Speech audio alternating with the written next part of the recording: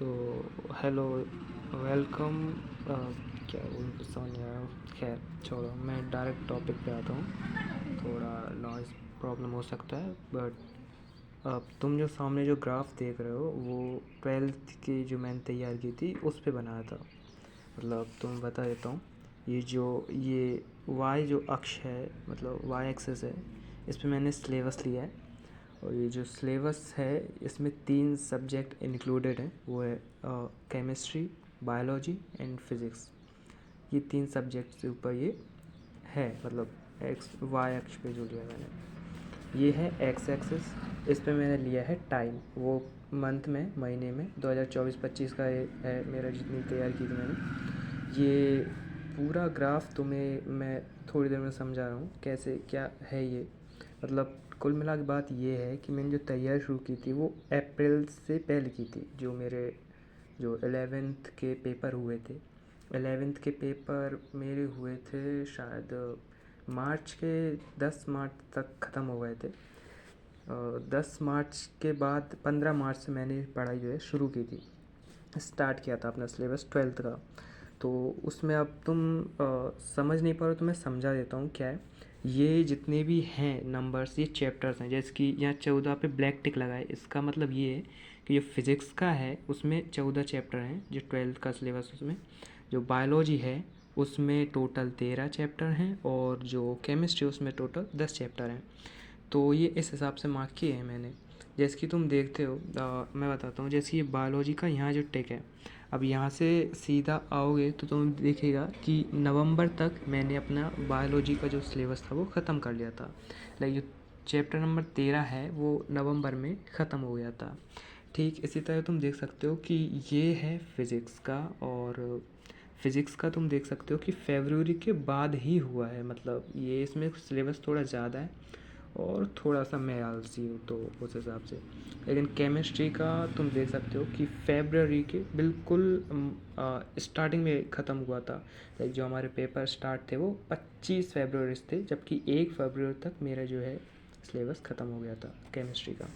अब ये जो ग्राफ्स हैं मैंने इसलिए बनाए ताकि मैं देख सकूँ मैंने तैयारी कैसे की है, किस हिसाब से की है। जैसे तुम देख सकते हो, जो अप्रैल का जो मंथ था उसमें मैंने चैप्टर 2 ख़त्म कर लिए थे बायोलॉजी के, जैसे तुम देख सकते हो यहाँ पे। लेकिन फ़िज़िक्स के अप्रैल तक एक ही चैप्टर हुआ था, लेकिन केमिस्ट्री का मई में एक चैप्टर ख़त्म हुआ था। मतलब तुम देख सकते हो मेरी केमिस्ट्री वैसे ही कमज़ोर है, और इस हिसाब से ना बहुत टाइम गया है मेरा इसमें। केमिस्ट्री में सबसे ज़्यादा टाइम लिया है मेरा, कंज्यूम किया है। तुम एक चीज़ यहाँ पे नोटिस कर रहे हो, ग्राफ यहाँ पे कुछ ज़्यादा ही झुका है। इसका मतलब ये है चैप्टर नंबर 4 मेरा ख़त्म हुआ था अगस्त में, सॉरी अगस्त नहीं, जुलाई, 15 जुलाई तक ही ख़त्म हो गया था ये चैप्टर नंबर 4। लेकिन चैप्टर नंबर 5 मेरा कब ख़त्म हुआ? नवंबर। मतलब तुम सोच रहे हो जुलाई से सीधा नवंबर तक एक चैप्टर का गैप है केमिस्ट्री में। मतलब मैंने चैप्टर नंबर 4 ख़त्म किया जुलाई के आगे, मतलब 15 जुलाई तक ख़त्म हो गया था, जबकि चैप्टर नंबर 5 ख़त्म हुआ है कहाँ पे? नवंबर के 15 नवंबर तक ऑलमोस्ट मान लो।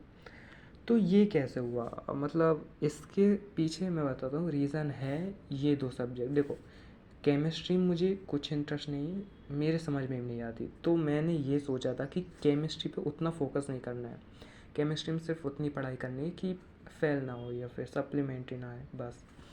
मैंने पूरा फोकस किया था अपनी फ़िज़िक्स पे एंड बायोलॉजी पे। इन दोनों में मुझे इंटरेस्ट है, बायोलॉजी में कुछ ज़्यादा ही, फिज़िक्स में वो ही नॉर्मल।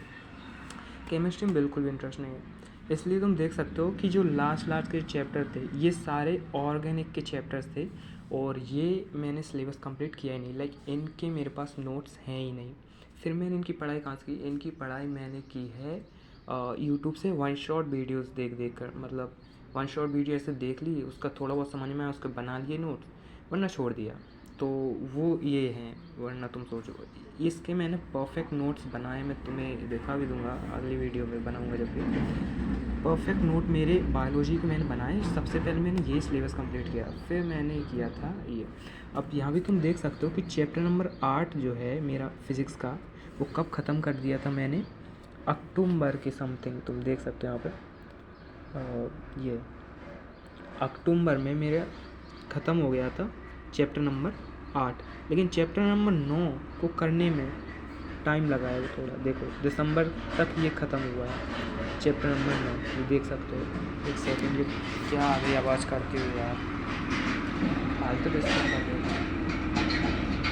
नंबर 8 था, वो ख़त्म हो गया था कब मेरा, ये यहाँ पे ये अक्टूबर के समथिंग ये ख़त्म हो गया था। यहाँ से तुम देख सकते हो, मतलब अक्टूबर के अगले कुछ दिन बाद ख़त्म हो गया था। लेकिन वहीं पे चैप्टर नंबर 9 है ये, इसमें थोड़ा ग्राफ तुम्हें यहाँ ज़्यादा झुका हुआ मिलेगा, क्योंकि चैप्टर नंबर 9 मेरा ख़त्म हुआ था दिसंबर तक। अब ये ऐसा क्यों हुआ, देखो जो अपनी पूरी फिज़िक्स का चैप्टर नंबर 9 एक ऐसा चैप्टर है जो सबसे बड़ा लगा मुझे, पता नहीं है या नहीं बट मुझे लगा।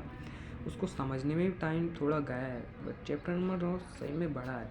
वो प्रकाश के ऊपर, शायद प्रकाश के परावर्तन से रिलेटेड, रिफ्लेक्शन ऑफ लाइट्स वगैरह वही है उसमें, तो उसके ऊपर वो पूरा चैप्टर बेस्ड है।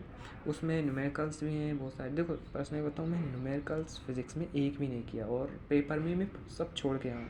तो उस हिसाब से ना एक्सपेक्टेशन मेरी अगर बताऊँ मैं, तो 70 में से 50 मैं एक्सपेक्ट कर रहा हूँ कि हाँ 50 तो आने चाहिए 70 से, क्योंकि मैं न्यूमेरिकल्स छोड़े हैं और एक बड़ा क्वेश्चन था 4 नंबर का, वो भी पूरा छोड़ के आऊँ। जो ओटी हैं कुछ उनमें से कट जाएँ तो उतने तो कटने हैं मेरे, नंबर की बात कर रहा हूँ मैं। लेकिन तुम अगर तैयारी कर रहे हो इसकी 12th की, तो एक चीज़ जो मैं तुम्हें बताना चाहूँगा वो यही है कि अपना सिलेबस पे ध्यान दो। क्योंकि तुम देख सकते हो बायोलॉजी का ठीक है निपट गया जल्दी, लेकिन फिज़िक्स और केमिस्ट्री इन दोनों ने ना मेरा बहुत ज़्यादा टाइम कंज्यूम किया। लाइक ये चैप्टर मेरे फरवरी में इनका सिलेबस ख़त्म हुआ था। ये फिज़िक्स का थोड़ा शायद उससे बाहर गया है, मतलब फरवरी के बाद ही ख़त्म हुआ था। जैसे तुम देख सकते हो फरवरी है, और फरवरी के मंथ के थोड़े आगे यानी कि 15 फरवरी तक मैंने सिलेबस कंप्लीट किया। 14 चैप्टर ख़त्म हुआ था फरवरी में। तो इससे एक चीज़ पता चल गई कि इनमें सिलेबस कुछ ज़्यादा है, इसमें टाइम बहुत लगता है। और तुम एक चीज़ यहाँ पे मैं पॉइंट आउट करना चाहूँगा, बिल्कुल तुम देखो मैंने मोस्टली चैप्टर ना ख़त्म कर लिए थे स्टार्टिंग में, या लाइक मैंने जुलाई से पहले देखो कितने ख़त्म कर लिए थे।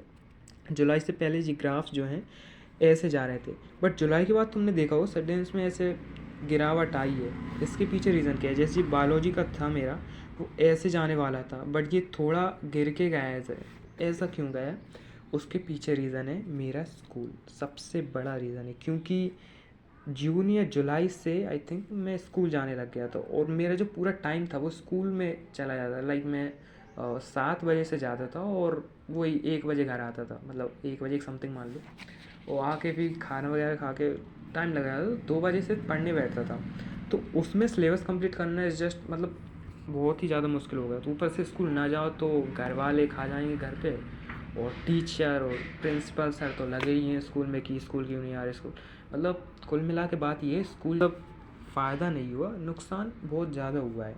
ऊपर से टीचर्स भाई साहब ऐसे, मतलब जितना सिलेबस मैं अपने दम पे ख़त्म कर लेता ना, अपने दम पे पढ़ाई करके, उतना किसी टीचर नहीं करवा पाया। मतलब मैं किसी का भी नहीं कहूँगा कि एक पर्टिकुलर टीचर जिसने करवा दिया, सब यूट्यूब की मेहनत है ये। और जो मेरे मार्क्स आ रहे हैं ना, उनमें मैं यही कहना चाहूँगा यार, मेरी ज़्यादा मेहनत है। क्योंकि हमें डीप में स्कूल में या कहीं भी पढ़ा ही नहीं गया। लेकिन मैं कोचिंग तो ज़्यादा नहीं था, एक गया था फिज़िक्स की, वो भी सर ने बुला लिया था ऐसे ही, मैं मतलब लेट गया था थोड़ा। तो हाँ, फिज़िक्स में कोचिंग में थोड़ी अच्छी पढ़ाई हुई, थोड़ी बहुत, मतलब चैप्टर नंबर 7 से गया था मैं, तो ठीक ठाक हुई। बट मोस्टली यही है कि केमिस्ट्री सबसे पीछे रही है, उसके पीछे टीचर्स हैं और स्कूल वाले हैं। क्योंकि अगर मैं स्कूल नहीं जाता तो बाकायदा ने समय पे कंप्लीट कर लिया। मेरा टास्क था कि मैं दिसंबर तक कर लूँगा, बट तुम देख सकते हो दिसंबर के बाद भी ये ग्राफ गया है। तो इसके पीछे रीज़न है स्कूल।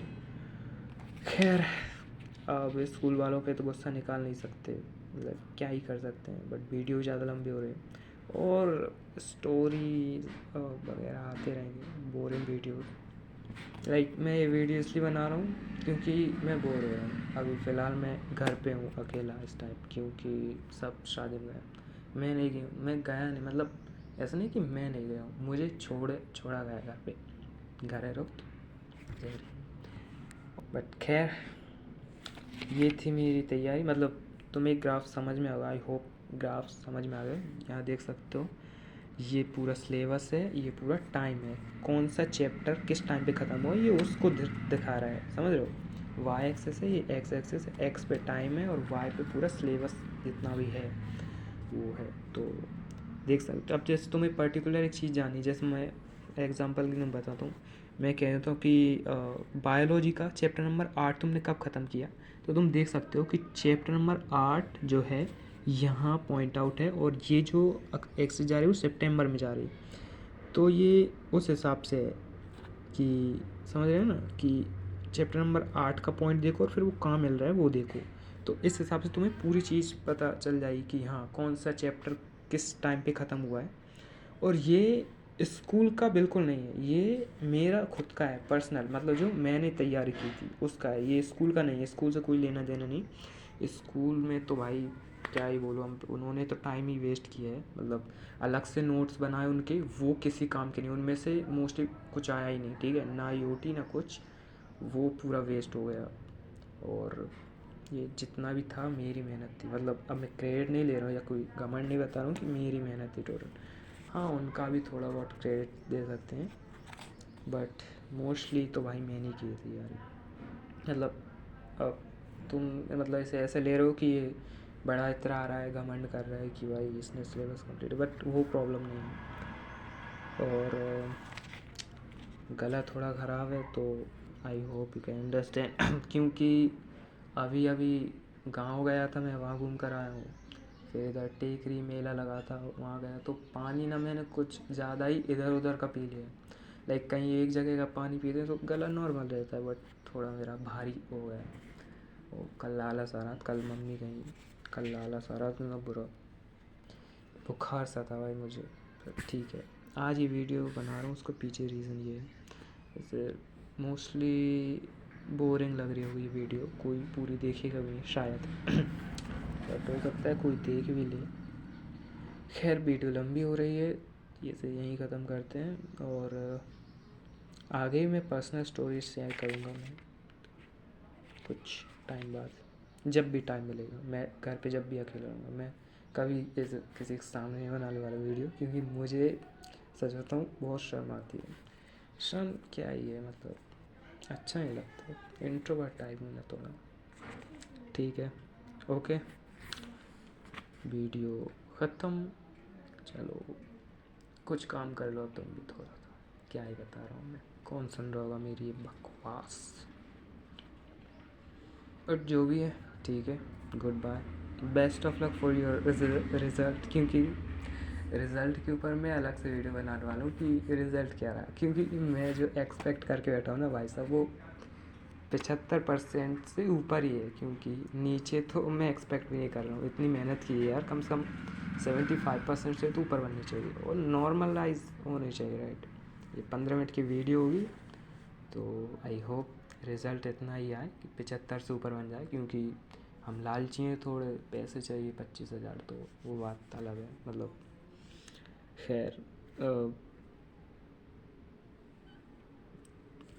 इसका एक अच्छा सा व्यू दे देता हूँ तुम्हें, ताकि तुम स्क्रीनशॉट लेके अच्छे से देख सको, देख लेना, यही पूरी तैयारी मेरी एक पेज पे आ गई।